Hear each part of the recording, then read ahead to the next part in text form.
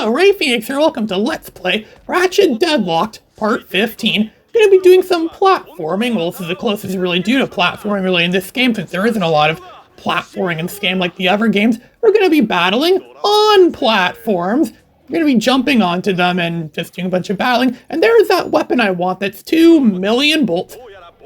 It's like this game's answer to the Rhino. I don't think it's an actual Rhino weapon, but supposedly similar to it. It's not even really a missile launcher either. It kind of is, but just sends like a line out, and it just sends missiles or rockets from the sky that come down and crush your enemies.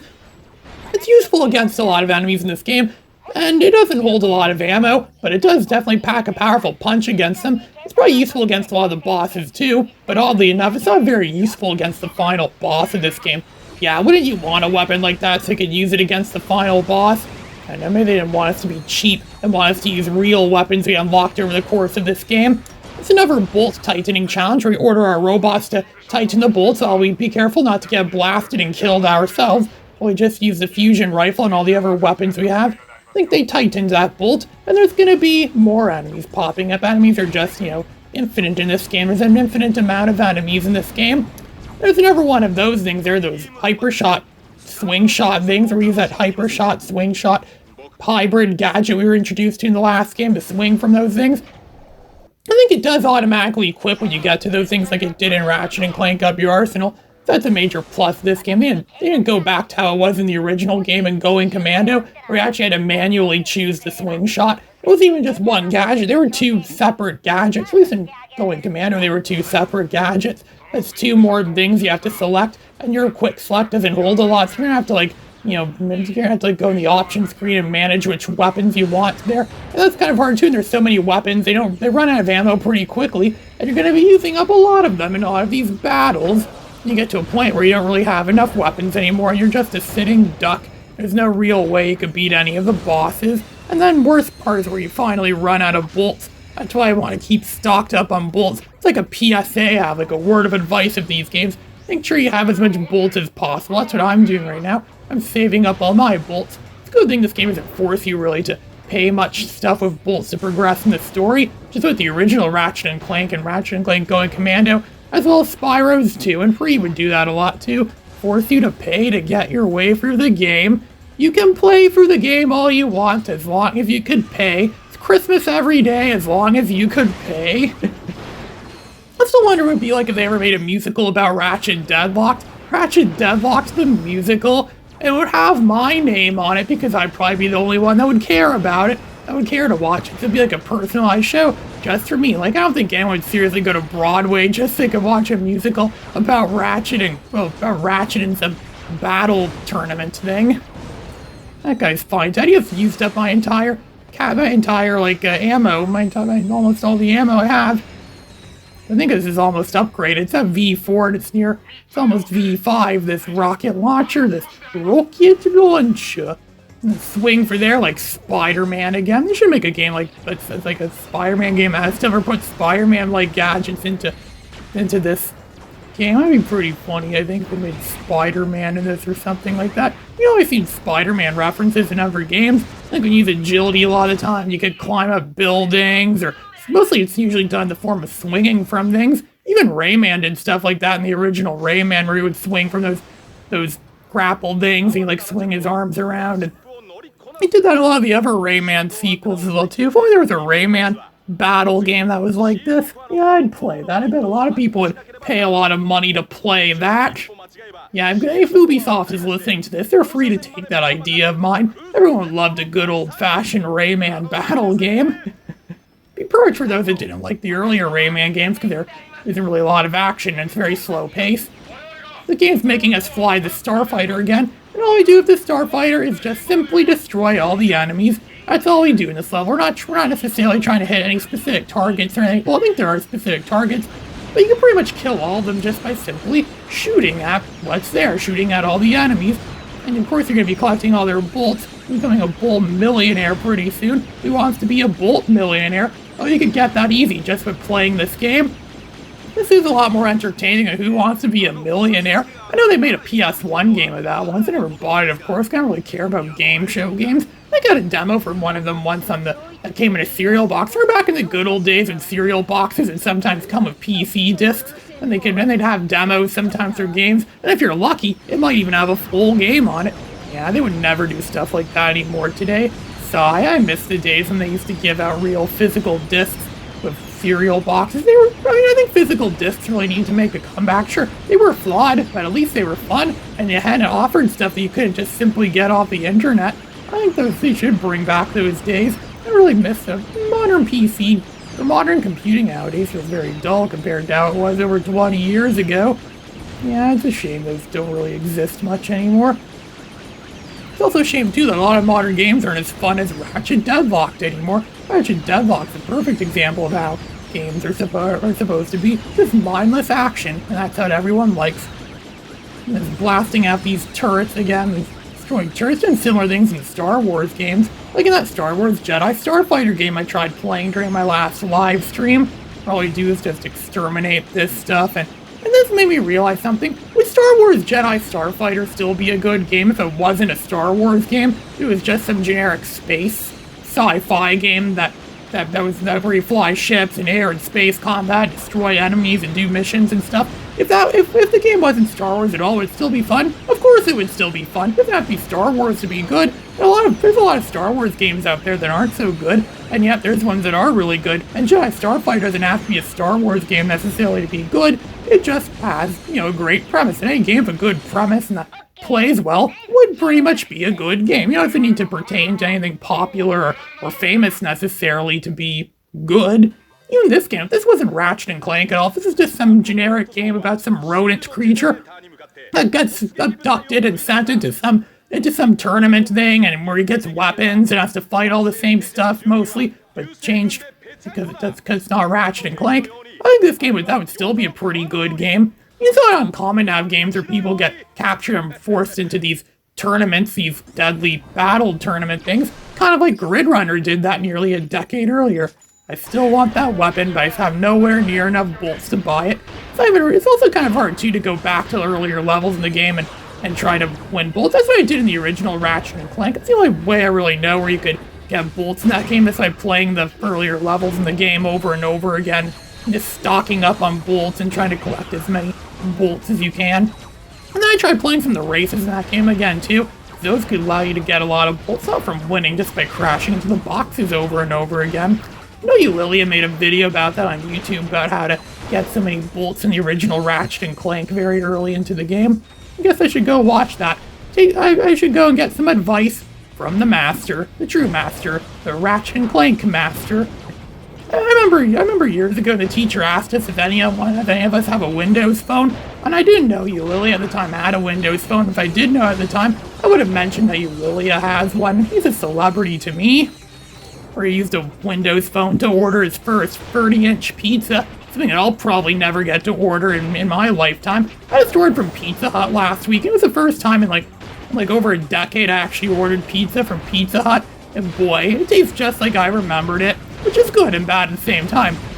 Because they made a goof on my order. They didn't put the toppings I wanted on my pizza. They gave me a plain cheese one when I clearly ordered for mushroom and olives, and the lady working there argued with me that I didn't put in my order, or that wasn't what my order was, when it clearly was that. And I, of course, played the customer's always right card on them. I put up a fierce fight with them. In the end, I won. If I didn't win, that would have permanently ruined my opinion on Pizza Hut. And now all the levels on this planet are completely cleared now. Now this is the shortest planet in the game. This planet was like barely anything. And now I guess that's why it gives us 2 planets at a time whenever we unlock stuff. Because they're just not very big. Because some of these planets are pretty short actually. So going to this planet, now this planet that looks like Iridia or Tyrannosis from the previous game. Some like breezy, some like sandstorm, deserty planet. Almost like Tatooine when it has a sandstorm. And some old lady's gonna come and say that her loins are aching and that you better get home because there's a sandstorm, a major sleek sandstorm.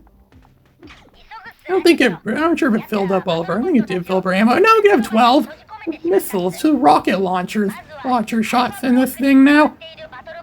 Thanks to that upgrade we got. We still dash around. We're doing a lot of dashing on this planet. This wide open area where all we're doing is just destroying stuff. My grandma would be questioning, so what's the point of this game? Well, you destroy the enemies. So she's like, oh, so you get a score then? Because isn't that the game's about score? No, it's not about score. Well, there kind of is a score in it, but it's not a game about score. It's simply about destroying the enemies and completing the objectives and beating the game. That's the main premise of this game, which is also the same premise for almost every other game that came out around the same time. Almost every other game that came out in 2005 was like this. I was just looking at posts on Instagram, and there was one where there were this posters praising how that much better things were in the 2000s, and oddly enough, for the images they used, they made them with AI. Yeah, everyone's favorite thing about the 2000s, right? AI? Pretty sure AI was everywhere in the 2000s. Everyone just ate it up, and now it's finally making a comeback. Wouldn't be the first time something that supposedly didn't exist until recently suddenly just re-emerged. I can't think of any specific examples of that right now, but people do say, like, oh, I never heard of that before, and just suddenly emerged, but it's actually been around for decades, and you just didn't know about it. And this guy's just going to be sending more of his blasts at me. I was going to blast him several times, too. I think I've used up my entire rocket launcher, ammunition. Okay, freed one of the robots. Not these robots necessarily deserve to be freed. I think the premise is that we're trying to rescue these robots. But since when do they deserve to be rescued? They never rescue us. In fact, they get us killed most of the time, too. They just get incapacitated, too. We might actually be doing them a favor by not rescuing them. Yeah, just let them suffer. Let them get killed by whatever they... And why would the enemies here even want those robots anyways? They're not very useful. Why would someone want to steal something that's useless? That's like stealing poopy underwear from a thrift store. I actually saw that once, where someone had a pair of tidy whiteys that have a huge shit stain in them, and then someone said, and they marked down the price so many times, and then it's like, yeah, that still is a pretty shitty deal.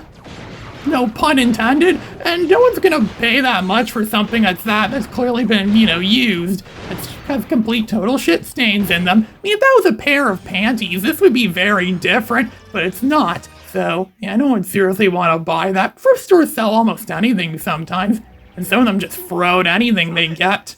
They get something like, let's throw this out. Nah, no one's gonna buy this, let's throw it out. Yeah, no one's gonna care about that. Ooh, someone might care about this. Sometimes they sell stuff that's completely useless. Like a mouse that doesn't have a dongle. I see this all the time. Someone probably donated it because they lost the dongle for their mouse. And they thought, oh, maybe someone else has a dongle. Especially it's one of those Logitech mice that has that unified dongle thing. Or has that orange icon thing on it so you can use it with any Logitech product. Your mouse, your keyboard, all made by Logitech. You can just simply switch it out and... I have a Logitech mouse, I think, that has a dongle like that. I don't have a Logitech keyboard, though. I mostly use my Seal Shield keyboard that I've been using for 15 years now, and it's supposedly dishwasher safe. Never been able to test that out before. That's because I don't have a dishwasher. But if I did, I'd totally be testing that out. I already have 53 units of health already. I looked at that had 48 when I blasted my blinked. It's really keep gaining more and more units of health in this game. More nanotech, it keeps increasing. My overall amount of health I could store keeps increasing. You could probably get it to 100 if you want World of Warcraft on this game by simply playing the earlier levels in the game over and over again. That's kind of what I'm expected to do in the original Ratchet and Clank if I ever want to get anywhere near enough bolts to buy the Rhino in that game. Just go World of Warcraft. Everyone was doing it back then when they play World of Warcraft non-stop for hours on end. And then they would get pissed when their account would get canceled for whatever reason, get hacked, and then their lives are suddenly destroyed because their lives were World of Warcraft. Yeah, how pathetic. How pathetic keeping your whole life on World of Warcraft. I heard something that was arguably more pathetic, though. One person supposedly said the game Legoland was their entire life. That Legoland, that PC game, Lego PC game from like 2000 or so, that was similar to Roller Coaster Tycoon. It's like a Lego version of it. Yeah, that's pretty bad if your whole entire life consisted of just playing that one game, It's not even that great of a game. I still have my copy of it somewhere, I think. I haven't played it in years. It's kind of hard to play on modern computers. But why would you want to play that when you could play Roller Coaster Tycoon? I just bought Roller Coaster Tycoon 2 on goodoldgames.com, not recently. I'm still punishing Steam for what they did. So I'm just buying a lot of my games on goodoldgames.com instead, because you actually get ways to play the games offline, and you don't need to even they're DRM free too, which is supposedly a major win. Also gaining tons of bolts. I was gaining like, I had like 600 something thousand bolts today when I started playing. Now I just earned like 300,000 bolts over a relatively short amount of time. Only the original Ratchet and Clank can be like that. I don't know why I'm mentioning that game. This is Ratchet Deadlocked, a game that's obviously way more superior to the original Ratchet and Clank in pretty much every way possible, because it was made 3 years later, so of course it's going to be well more refined and just be a better game overall, better experience overall. It's a good thing, this ATV thing that makes this drive makes me feel like I'm in Star Trek Nemesis almost, has lock-on on it, with the rapid fire as lock-on, it automatically locks on enemies, and has a tank that fires out unlimited shots. Yeah, this really feels like Star Trek Nemesis, and I had to look for Data's head, or Data's brother's head. I was just hanging out in the middle of some desert planet that no one seemed to know about, no one seemed to care about. I mean, no one really cared about Star Trek Nemesis anyways. It was a very forgettable movie, and yet it's supposed to be the movie that was supposed to end Star Trek The Next Generation. Oh, what a shame. I mean, the movie was kind of decent. I mean, I didn't think it was that bad of a movie overall, but some people seem to really hate it. I know Mr. Plinkett obviously hated it, because he pretty much hates all the Star Trek The Next Generation movies, and almost every other movie he reviews is pretty much bad in his books. At least most of them are. I surprisingly liked Star Trek 2009, and I just won 9,000 bolts for that challenge. Ray Phoenix, signing out.